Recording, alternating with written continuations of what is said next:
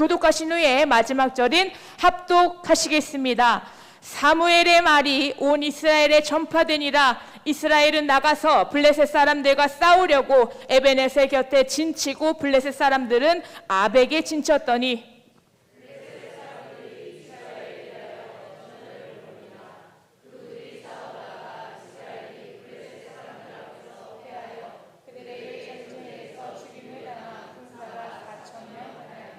백성이 진영으로 돌아오매 이스라엘 장로들이 이르되 여호와께서 어찌하여 우리에게 오늘 블레셋 사람들 앞에 패하게 하셨는고 여호와의 언약궤를 실로에서 우리에게로 가져다가 우리 중에 있게 하여 그것으로 우리를 우리 원수들의 손에서 구원하게 하자 하니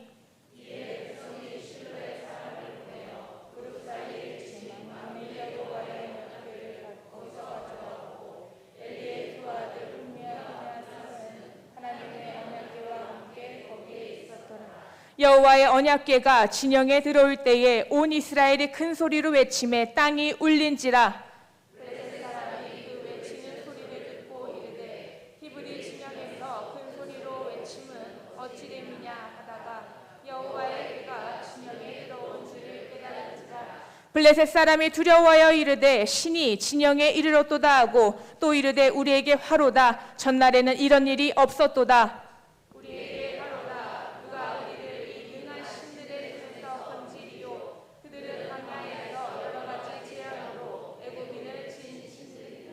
너희 블레셋 사람들아 강하게 되며 대장부가 되라. 너희가 히브리 사람의 종이 되기를 그들이 너희의 종이 되었던 것 같이 되지 말고 대장부 같이 되어 싸우라 하고 블레셋 사람이 쳤더니 이스라엘이 패하여 각기 장막으로 도망하였고 살림이 심히 커서 이스라엘 보병에 엎드러진 자가 3만 명이었으며.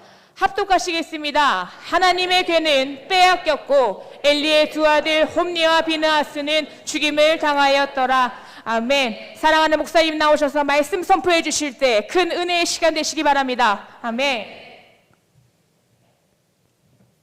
모든 영광 하나님께 돌리겠습니다. 기도합니다. 하나님 아버지, 하나님의 자녀가 감사의 예물, 11조 예물, 기타 여러 가지 예물을 드렸습니다. 하나님 이들에게 은혜 내려주시고 항상 우리 심령이 하나님께서 주시는 평안과 기쁨이 감사가 넘쳐나는 그런 복이 있는 가정들 다 되게 하옵소서.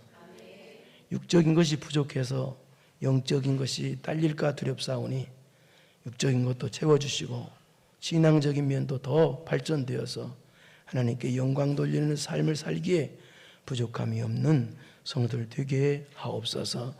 모든 영광 하나님께 돌려드립니다. 예수님의 이름으로 기도드리옵나이다. 오늘 사무엘상을 하죠.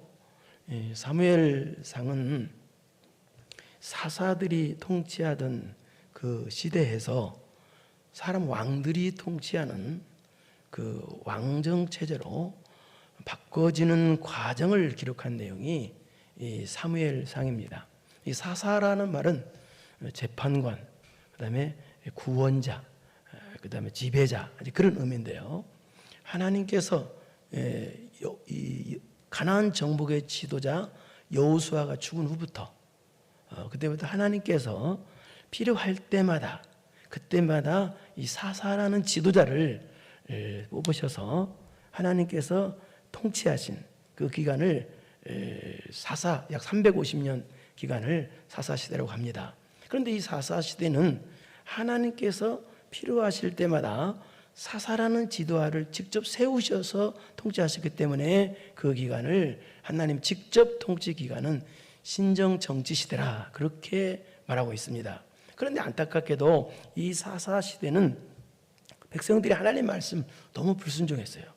그리고 또 너무 타락한 시대였고 그러나 어쨌든 이 사무엘상은 이 하나님께서 직접 통치하신 이 사사시대에서 사람들이 하나님이 직접 통치가 아닌 사람 왕들의 통치인 왕정체제인 이 전제정치 체제로 옮아가는 과정을 기록한 것이 이 사무엘상이다 그런 얘기입니다. 이 사무엘상은 보면은요 내용을 보면은 이 세 명의 아주 주요 인물을 다루고 있습니다. 첫째 인물은 1장부터 7장까지 마지막 사사이자 또 선지자이자 제사장이었던 사무엘 선지자에 대해서 이게 나오고 있습니다. 주요 인물 중에서. 그런데 이 사무엘 선지자는 하나님 앞에 정말 훌륭하고 무음한 선지자였음에도 불구하고 그가 나이가 먹고 늙었을 때 그의 아들들이 굉장히 문제가 있었어요. 사무엘 선지자 아들들이. 그래서 사사로서 적합한 인물이 아니었습니다. 그래서 이스라엘 백성들이 이 사무엘의 이 아들들을 인정하지 않고 싫어했어요. 굉장히. 그래서 그런지 이때 이스라엘 백성들이 우리는 이제부터 하나님의 통치가 싫다. 이제 사람 왕이 통치하는 왕들의 통치를 받고 싶다 하고 성급하게 우기기 시작했습니다. 그래서 그들이 우긴 것 때문에 세워진 왕이 누구냐? 이스라엘 초대 왕 사울 왕입니다. 이 사울 왕은 참 무자격자입니다. 그 초대 왕 사울 왕은 아주 문제가 많은 사람입니다. 그래서 이 사울 왕을 하나님 폐하시고 나중에 하나님의 마음에 합한 다윗을 왕으로 세우시죠. 그래서 이 문제가 많은 초대왕 사울 왕이 주로 나오는 내용이 이 8장부터 15장까지 내용입니다. 그래서 두 번째는 이 8장부터 15장까지가 이 사울 왕에 대해서 주로 나오는 내용이고, 그 다음에 16장부터 마지막 31장까지는 이스라엘의 두 번째 왕인 이 다윗 왕을 하나님께서 어떻게 왕으로 만들어 가시는가를 기록한 내용이 이 16장부터 31장까지 내용입니다. 그래서 사무엘상을 전체적으로 그럼 말하라. 그럼 무슨 내용이냐? 하나님께서 사무엘 선지자를 통해서 어떻게 사울을 세우시고 또 다윗을 세워나가시는가를 보여주는 내용이에요. 그런데 오늘 본문은 그 사무엘 선지자가 세워지기 전에, 사무엘 선지자가 어렸을 때입니다. 사무엘 선지자가 세워지기 전에 사사이자 대제사장이었던 엘리 대제사장 때 내용입니다. 그러니까 이 사사시대의 만렵에 해당하는 내용이죠. 그러니까 사사이자 대제사장인 엘리 대제사장 때 있었던 내용이 오늘 본문의 내용입니다. 그런데 방금 전에도 얘기했습니다만 엘리 대제사장은 평제사장도 아니고 대제사장이라고 그랬어요. 대제사장이니까 그 아들들도 홈리와 비누아스라는 두 아들이 있었는데 이 아들들도 자동적으로 제사장이었습니다. 그러니까 이 식구들이 온 식구가 다 하나님의 일을 하는 그 집안이었다는 얘기예요. 하나님께 쓰임받는. 그렇다면 이렇게 온 식구가 다 하나님의 일을 하는, 하나님께 귀하게 쓰임받는 집안이면 복을 받아야 되는데, 그런데 오늘 본문은 심판을 받아가지고 전쟁이 일어나서 세상에 어떻게 되느냐? 이 두 아들 홈리와 비느하스는 전쟁에 죽임을 당하고, 며느리는 애 낳다 죽고, 또 법궤, 하나님의 말씀을 상징하고 하나님의 임재를 상징하는 이 법궤는, 언약궤는 뺏겨버리고, 그 소식을 들은 엘리 대장이 충격을 받아가지고 의자에 앉았다가 뒤로 넘어져서 목뼈가 부러져 죽고. 뭔 얘기예요? 어떻게 하나님께 쓰임받고 복받아야 될 가정이, 지금 와서 주의 종 가정이에요. 그 가정이 어떻게 이렇게 처참하게 망했는지 모를 정도로 망한 내용이에요. 그러면 어떻게 그렇게 복받아야 될 가정이, 주의 종의 가정이, 쉽게 말해서 집사 가정이고 목사 가정이고 장로 가정이, 쉽게 말해서 그런 가정이 복받아야 되는데 어떻게 그렇게 처참하게 망했을까요? 그게 본문이라는 내용이에요. 왜 망했을까요? 망한 내용을 통해서 여러분은 안 망하길 바랍니다. 예. 왜 망했을까요? 첫째, 따라서 합시다. 예배를 멸시했기 때문이다. 예배를 멸시했기 때문에 망했어요. 생각해 보세요. 오늘 목사가, 제사장이 예배를 멸시할 수 있을까요? 그럴 수 없어요. 최선을 다해 예배 드리죠. 그런데 이들은 그랬다는 얘기예요. 두 아들 홈리아, 비느하스, 이 두 엘리의 두 집안이, 또 엘리야 두 아들들이 그랬다는 얘기예요. 한번 보겠습니다. 어떻게 멸시했는지.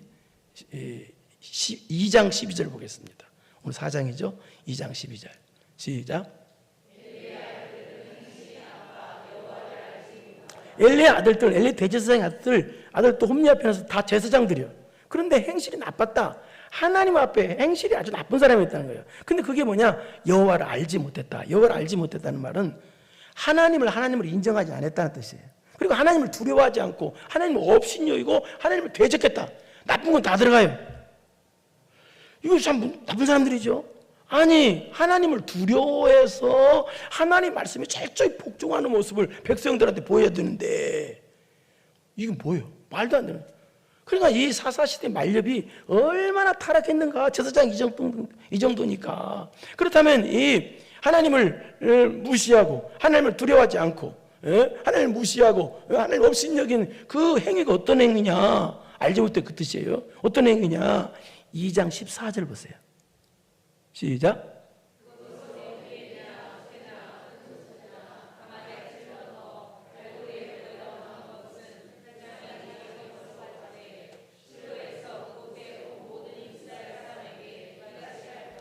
이게 예배를 멸시한 건데 이게 무슨 말이냐? 레위기 7장에서 9장에 보면은 하나님께서 제사장들이 제사 드리고 짐승을 제사 드리잖아요. 그 제물 있잖아요. 제물 대드리고 나서 먹어도 되는 허락한 그 제물이 있습니다. 부위가 있습니다. 그 짐승의 부위가 있어요. 그게 뭐냐면 앞가슴살하고 우편 뒷다리살을 먹도록 허락했어요. 이 부위를 먹어야 돼요. 그러니까 제사장들은 제사를 드리고 나서 짐승의 고기를 이 부분만 먹어야 돼요. 그런데 여기 보니까 뭐예요? 이 홈냐 비나스가 아무렇게나 함부로 백성들이 제물로 제사 드리러 완 그 제물의 짐승을 갖다가 아무 곳에나 찔러가지고 고기를 빼먹고 심지어 날고기까지 빼앗아 먹어더라고요. 이것은 뭔 뜻이에요? 예배 드리는 제물이니까 오늘날 예배. 예배를 갖다가 무슨 얘기예요? 제사를 멸시하고 예배를 멸시하는 아주 충격적인 범죄를 했다는 뜻이에요. 이게요. 아니 제사장들이면 예배를 잘 드려야지 최선을 다해 어떻게 예배를 가지고 장난치냐는 거예요. 이 말도 안 되는 짓을 한 거예요. 네? 그리고 또 왜 하나님께서 제사장들에게 가슴살과 뒷다리살을 먹도록 했느냐, 그 부위를 먹도록 했느냐? 이것은 이 뜻입니다. 이 레위 지파가 제사장들이에요. 레위 지파는 다른 지파하고 틀리게 기업을 안 줬어요. 딴 지파는 땅도 주고 다 줬는데 기업을 안 줬어요. 그러니까 레위 지파는 뭐냐? 제사장들은 하나님께서 주시는 것으로 먹고 살라는 뜻이에요. 그러니까 이 말은 무슨 말이냐? 하나님의 은혜와 긍휼로 살라는 뜻이에요. 그래서 너희들은 하나님의 은혜와 긍휼로 살아야 돼. 그런 의미로 앞가슴살과 뒷다리살을 먹으라고 한 거예요. 그 부위만 먹으라고 한 거예요. 이 말은 오늘날 말에서는 우리 모두도 그렇다는 얘기예요. 우리 모든 성도들도 하나님의 은혜와 긍휼로 살아야 된다는 뜻입니다. 그러니까 우리는 하나님의 불쌍한 존재가 되어서 하나님의 은혜 없이는 우리는 못 삽니다. 이렇게 하라는 거예요. 그러니 그렇게 살아야 되는 거예요. 그런데 이 제사장인데도 불구하고 어떻게 해요? 하나님의 은혜를 우리는 하나님 은혜 없이는 못 삽니다 하고 하나님의 은혜와 긍휼을 사는 모습을 백성들에게 보여주고 그런 마음을 품고 예배도 드려야 되는데 이 제사장인데도 불구하고 하나님의 은혜와 긍휼을 무시해버리고 그러니까 어떻게 돼요? 예배를 멸시하고 예배를 무시하는 데까지 갔다는 얘기예요. 그래서 어떻게 되느냐? 2장 17절을 보겠습니다. 충격적인 범죄죠. 시작. 그들이 여기 나오죠? 예배를 멸시한 심히 크다. 그러니까 예배 드리는데 그 재물을 갖다가 욕심이 생겨가지고 탐심이 생겨가지고 그걸 빼앗아서 자기 것으로 만드는 것은 그게 뭐다? 바로 제사를 멸시하는 것. 즉 예배를 멸시하는 하나님 앞에 심히 큰 죄다. 그 이상 큰 죄가 없다는 거예요. 이 사람들이 예배를 안 드렸다는 뜻이 아닙니다. 드렸어요. 그런데 예배를 멸시하면서 드렸어요. 제사장인데 예배를 최선을 다해 드려야 되는데 예배를 멸시한 것은 그럼 뭘 멸시한 거예요? 하나님을 멸시한 거예요. 여러분 예배를 소중히 드려야 됩니다. 예배를 건성건성 드리면 안 드렸다는 말이 아니에요. 혹시 여러분 건성건성 예배 드립니까? 그건 하나님을 건성건성하게 하는 거예요. 그 사람은. 예배와 하나님과 대접은 똑같은 거예요. 내가 하나님 대접하는 게 예배예요. 어떻게 되겠어요? 여러분 예배를 혹시 무시합니까? 지금 이 시간에 설렁설렁 드립니까? 그렇게 드리는 게 아니에요. 처참하게 망한 엘리가 그렇게 드렸단 말이에요. 예배를 가장 소중히 여기는 것이 하나님을 대접하는 것인데 예배를 설렁설렁 예배를 무시하고, 그러니까 어떻게 되느냐, 예배를 무시하니까 사람이 어떻게 바뀌느냐. 2장 25절을 보겠습니다. 어떻게 바뀌는지. 시작.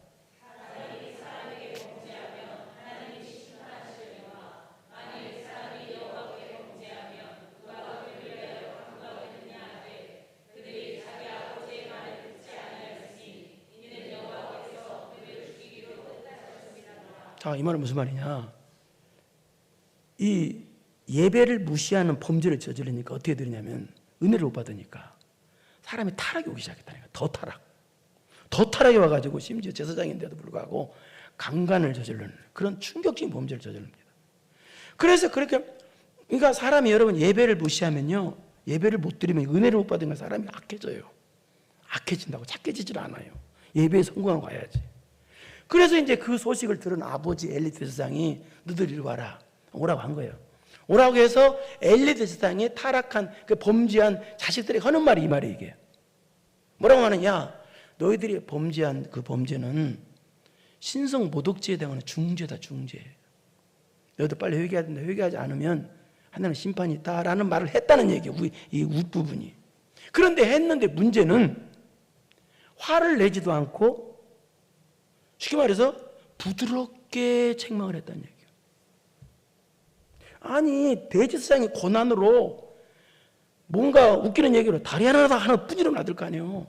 그런 범죄를 저질렀으니 혼을 내면서, 화를 내면서 이거 내야 돼 이제는. 근데 그렇게 책망을 해야 되는데 부드럽게 니들 그러면 안 된다 이런 식으로 했다는 얘기입니다. 그러니까 듣겠어요, 안 듣겠어요? 당연히 안 듣죠. 뭐야? 누가 강구하냐 하도에 그러니까 그들이 자기 아버지의 말을 뭐 했다? 듣지 안 했다는 거예요. 이게 무슨 말이에요? 타락한 사람들은요, 특징이 책망의 말을 들어도 회개를 않는다는 특징이 있다는 뜻이에요. 이것은 회개를 않는다는 뜻은 하나님께서 왜 어떤 사람이기 때문에 죽이기로 작정한 사람이기 때문에 회개를 않는다는 뜻이 그 뜻이에요. 이는 여호와께서 그들을 죽이기로 뜻하셨기 때문에 책망의 말 들어도 회개가 안 된다는 뜻이에요. 충격적인 말이죠. 그래서 여러분은 회개가 돼야 합니다. 빨리 돼야 돼, 회개도. 그래서 설교 듣다가 뜨끔뜨끔하고 있으면 어때요? 빨리 얘기하죠. 그거 돼야 돼. 그리고 조금만 바늘로 찌르는 소리도 얼른 회개하고. 근데요, 망할 사람들은요, 대바늘로 찔러도 회개가 안 돼. 또 다 들으라고 하네. 그럼 망하려고 하는 사람이 그 사람은. 써 있잖아요, 여기요. 회개가 돼야 돼. 그러니까 뭐예요? 이 두 번째, 왜 엘리 가문이 이렇게 처참하게 망했느냐? 첫째는 뭐예요? 예배를 무시했고 예배를 멸시했기 때문에. 예배를 안 드렸다는 게 아니에요. 그죠? 예배를 드렸는데 예배를 멸시하고 예배를 무시했어. 이 예배가 가장 소중하게 드려야 되는데. 그래서 망해요. 두 번째는 뭐예요? 회개를 안 했기 때문에 망하는 거예요.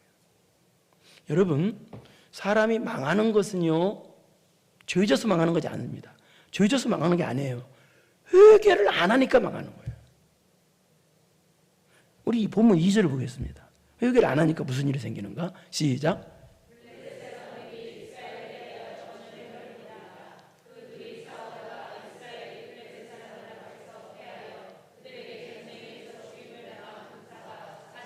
회개를 안 하니까 전쟁이 일어났다는 거예요, 블레셋과. 물론 이때는 블레셋한테 40년 동안 고통을 당하고 있었던 때예요. 그런데 회개를 안 하니까 본격적으로 전쟁이 일어나서 무려 4,000명이나 죽었다는 거예요.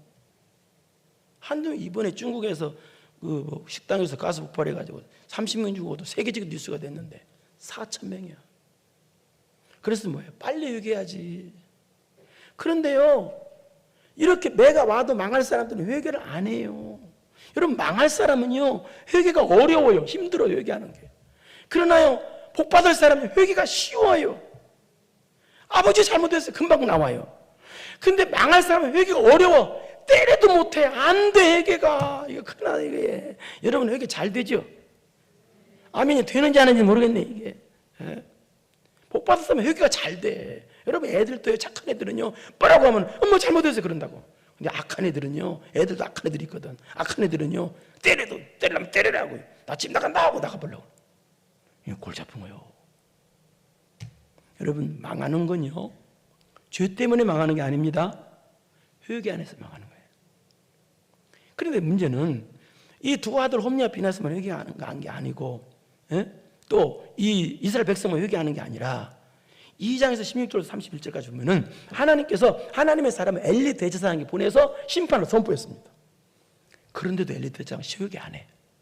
그러니까 하나님께서 또 참다 못하셔서 사무엘이 이때는 어릴 때였다고 그랬죠. 어린아이 사무엘을 이용해서 하나님께서 심판을 또 엘리 대제사장한테 선포합니다. 그런데도 엘리 대제사장은 회개를 안 해요. 회개가 안 돼. 그러니까 대제사장부터 시작해서 아들 제사장들, 이스라엘 백성은 회개 자체가 안 되는 거예요. 여러분, 사람이 회개가 안 되면 일단 어떻게 되는지 아세요? 사람이 미련해집니다. 미련해져.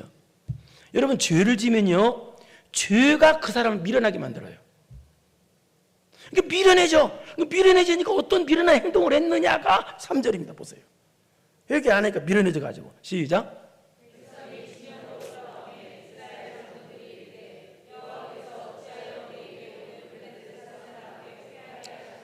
여기까지. 어찌하여 패하게 하셨는고? 계속 읽어보세요. 시작.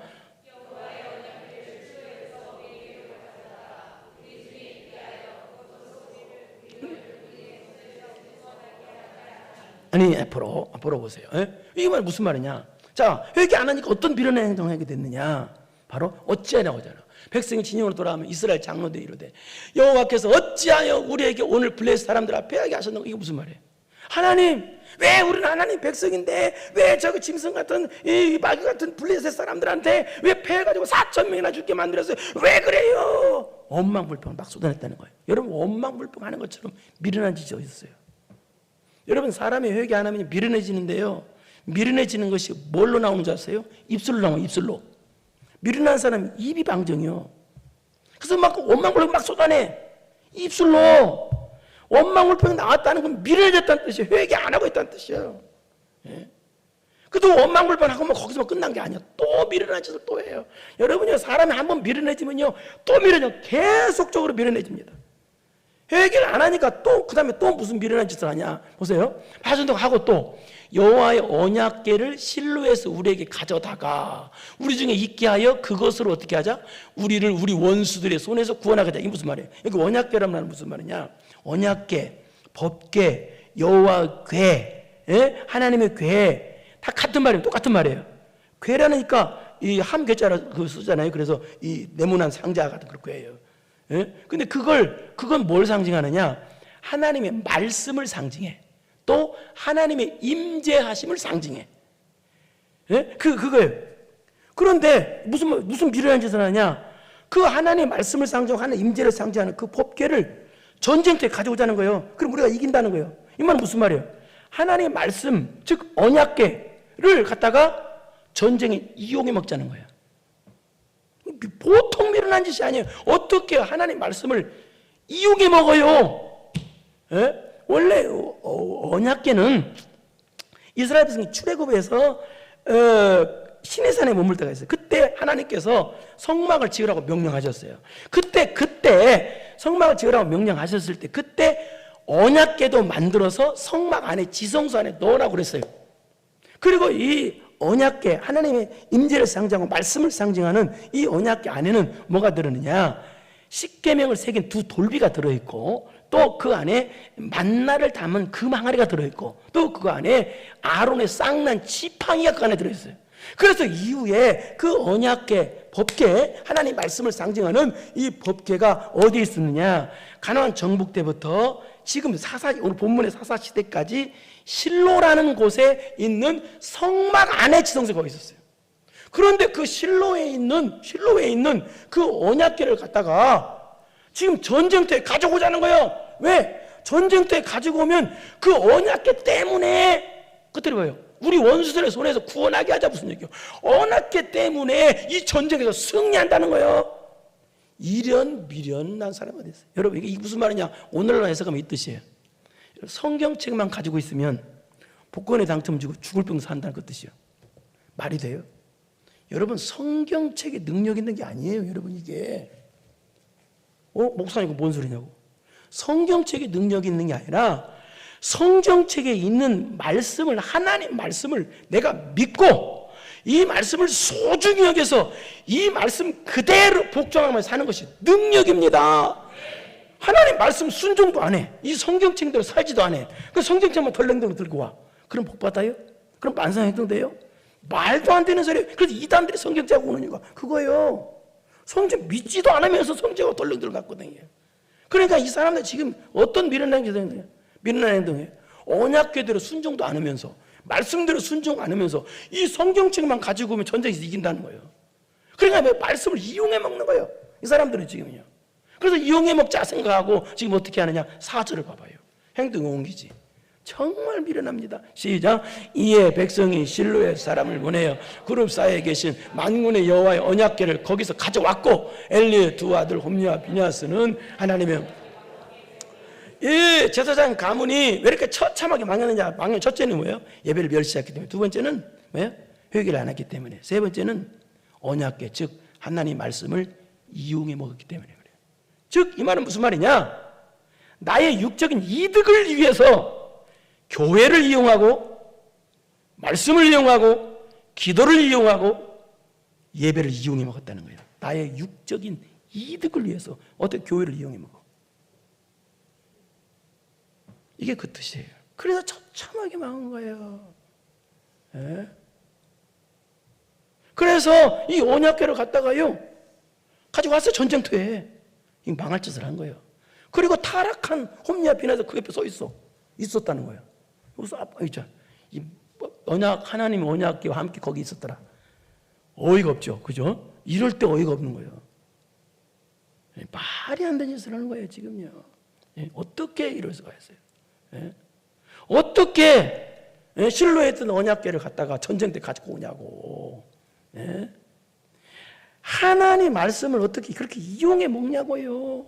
오늘날 말하면 하나님 말씀대로 순종을 하나도 안 하면서 일주일에 죄만 짓다가 성경책만 가져오면 복 준다 생각하는, 예배만 드리면 복 준다 이렇게 생각하는 거예요. 이 말이 되냐고 이게. 여러분 성경책이 복 주는 게 아니고요. 성경책에 있는 말씀을 전부를 하나님 말씀으로 믿고 그 말씀대로 순종하는 것이 능력이고 복입니다. 아시겠어요? 믿어야지. 안 믿는데 그냥 안 믿으면 책에 불과해요 그냥. 성경 말씀이 아니라 하나님 말씀이 아니라 그냥 하나님 말씀대로 하나도 안 살면서 말씀대로 복 받기만 바래. 그게 말씀을 이용하면 그게 뭐예요? 그래서 어떻게 되냐 보세요. 이제 그 다음 5절 보겠습니다. 기가 막힌 일이 벌어집니다. 시작.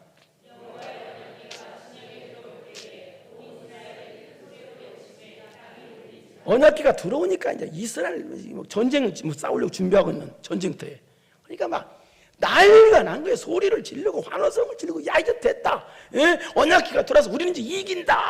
막 난리를 친 거예요. 아니 언약궤대로 순종도 안 하고 말씀대로 순종도 안 하고 언약궤대로 회개도 안 했으면서 언약궤만 두르면 이겨? 그러면 나 좋아서 난리가 아닌 거예요. 그러자 6절 반대편에 있는 블레셋 진영에서 시작.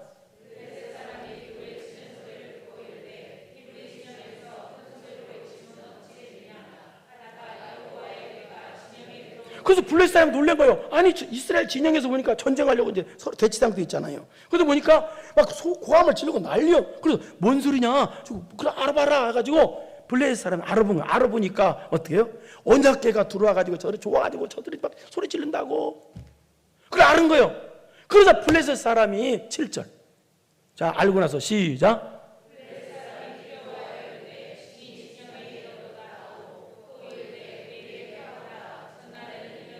뭔 얘기예요?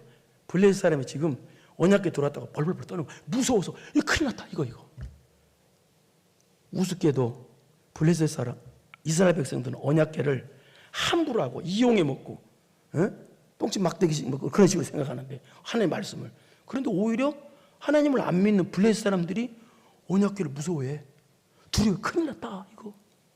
그러니까 무슨 말이야? 이 순간만큼은 하나님의 백성보다 하나님을 안 믿는 블레셋 사람 믿음이 더 좋아.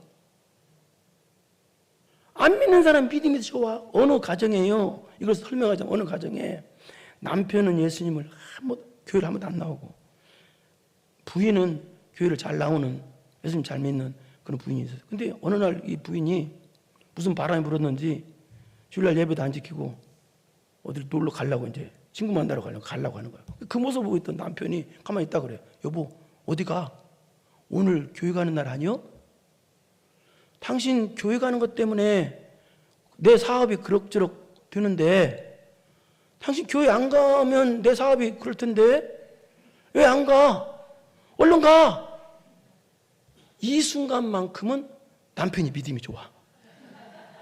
교회 한 번 안 온 남편이 이 꼴이야. 지금 이 꼴이에요.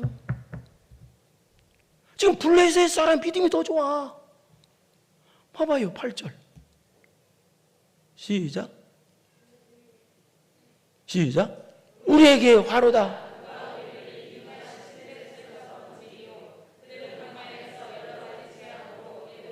이게 무슨 말이에요? 우리는 죽었다는 거예요.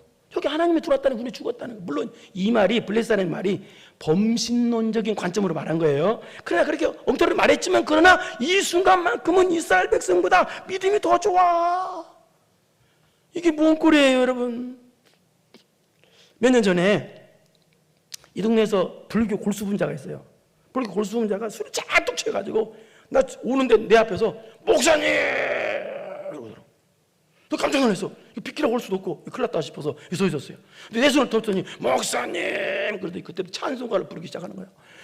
찬송가를 부르는데 그저 비키라고 올 수도 없고 들어서 계속 이제 있었어요. 그랬더니 찬송가를 처음부터 끝까지 하나도 안 틀리고 다 부르는 거예요. 가사가 하나도 안 틀려. 우리 교회 성도들은 맨날 불러도 1절도 모르잖아. 여기 때문에 알잖아. 예? 그 꼴이요, 그 꼴 지금. 예? 아니, 하나님을 안 믿는 사람, 블레셋 사람이 하나님을 두려워하고 더 성경책을 더 두려워해. 그런데 하나님을 믿는 이스라엘 백성들은 법궤를 무시하고 이용해 먹으려고 하고. 그래서 어떻게 되냐? 9절 시작.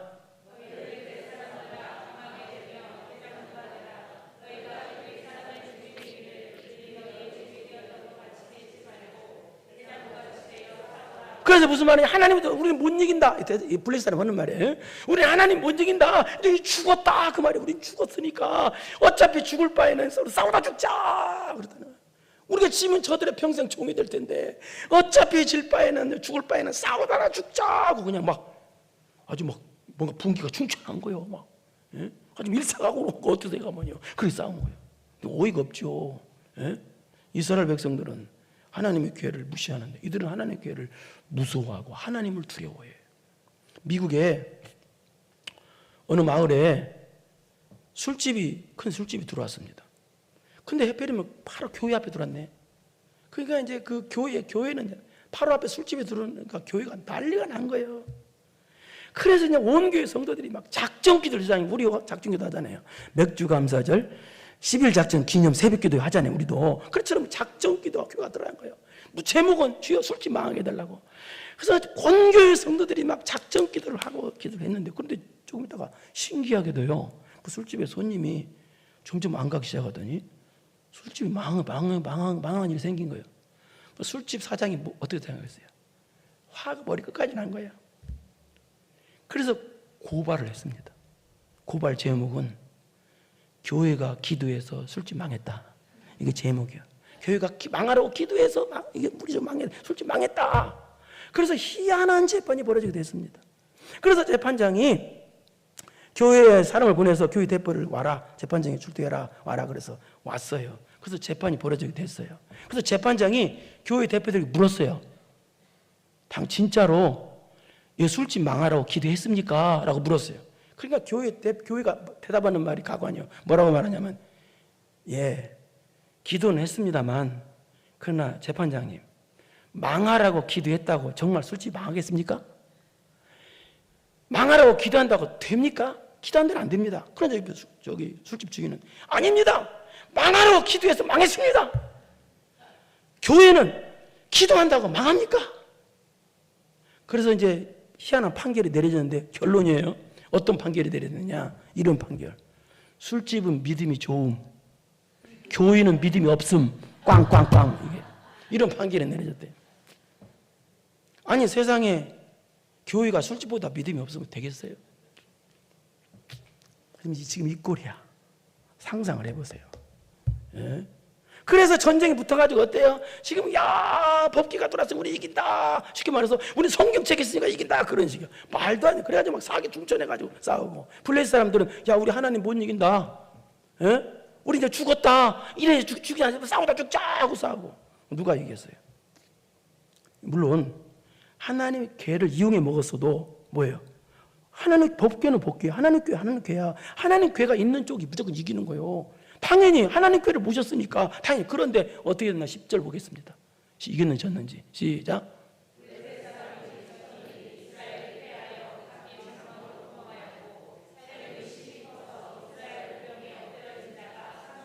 3만 명이나 죽어요. 3만 명을 세우나 봐요. 어디까지 하겠나? 그 다음에 11절. 시작.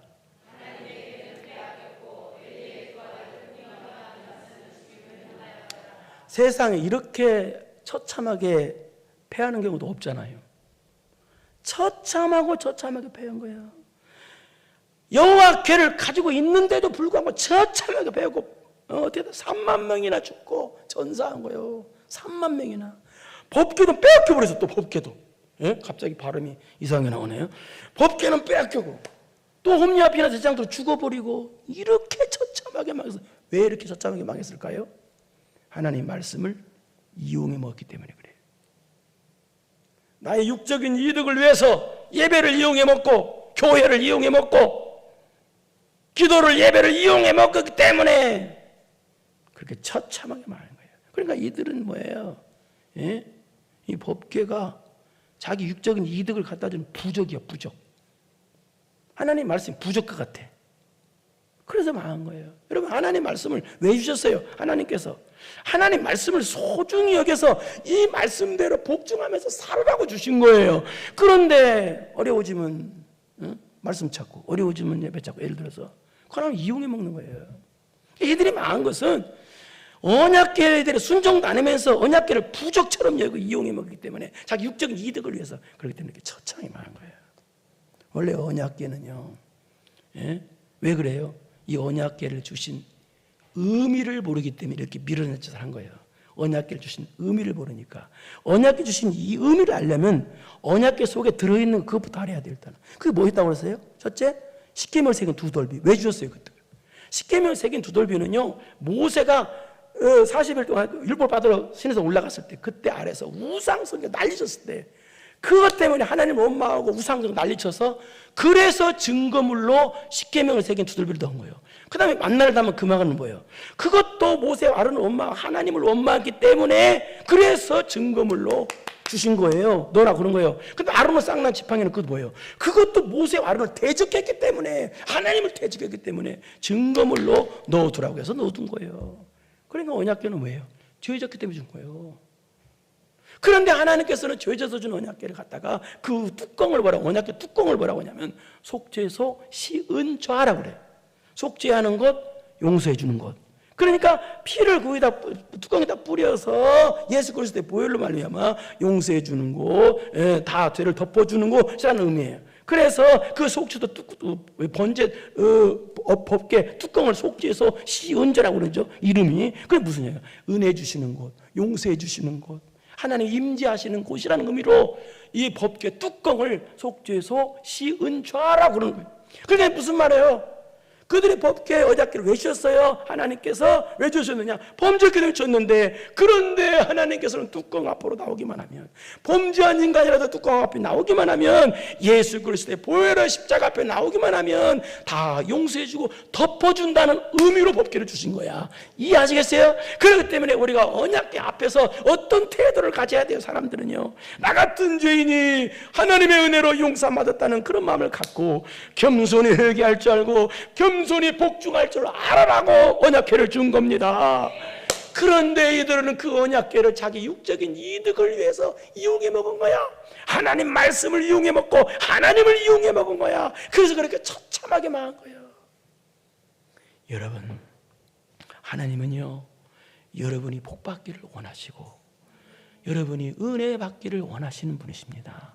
하나님은 은혜 주시기를 원하시는, 이 엘리 가문처럼 망하기를 원하시는 분이 아니에요. 그래서 성도는 반드시 복을 받아야 됩니다.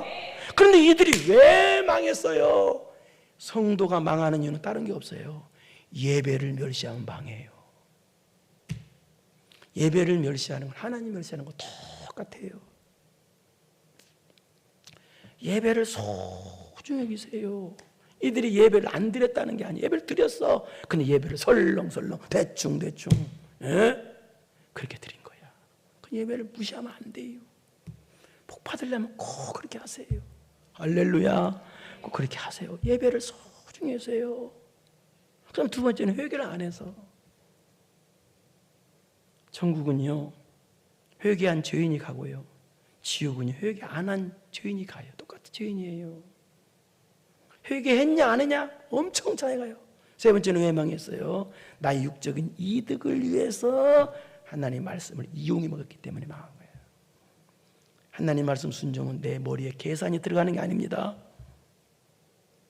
하나님 말 순종하는 게 손해라다 싶으면 순종 안 하고 이득이다 싶으면 순종하고, 그게 이용해 먹는 거예요. 그래서 여러분은 복의 사람 되려면 어떻게 해요? 예배를 소중히 여기세요. 회개할 줄 아세요. 하나님 신앙생활하고 하나님 말씀 순종하는데 머리에 계산을 하지 마세요. 순수하게 하세요.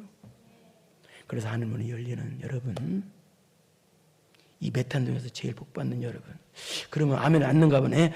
그러면 수원에서 제일 복받는 여러분, 그것도 아멘 안네. 그러면 우리 대한민국에서 제일 복받는 여러분 되기를. 그럼 됐어요. 너 세계는 너무 크죠? 그런 여러분 되기를 축원합니다. 걸어가시고 내려오신 아버지 하나님 감사합니다. 하나님을 소중히 여기는 사람은 예배를 소중히 여깁니다. 예배는 생명입니다. 술렁술렁 대충 드리지 말게 하옵소서. 하나님 믿는 사람이 가장 소중히 여기는 것은 돈이 아닙니다. 예배입니다. 예배를 무시하거나 멸시하지 말고 회개할 줄 알고, 하나님 말씀을 이용해 먹지 말고 나의 육적인 이득 때문에 순종하거나 신앙생활을 하려고 하지 말고 순수하게 순종하고 순수하게 믿어서 하늘문이 열리는 성도들 다 되게 하여 주옵소서. 예수님의 이름으로 기도드리옵나이다. 아멘. 이제는 우리 구주 예수 그리스도의 은혜와 전능하신 하나님 아버지의 무한하신 사랑하심과 성령님의 교통교대 감동감하심이 예배를 소중히 여기고 회개할 줄 알고 하나님 말씀대로 계산하지 않고 순종해서, 그래서 하늘문이 열리기로 만기비 결단하고 돌아가는 사랑하는 성도들 머리머리 위에 이제로부터 영원토록 함께 있을지어다. 아멘.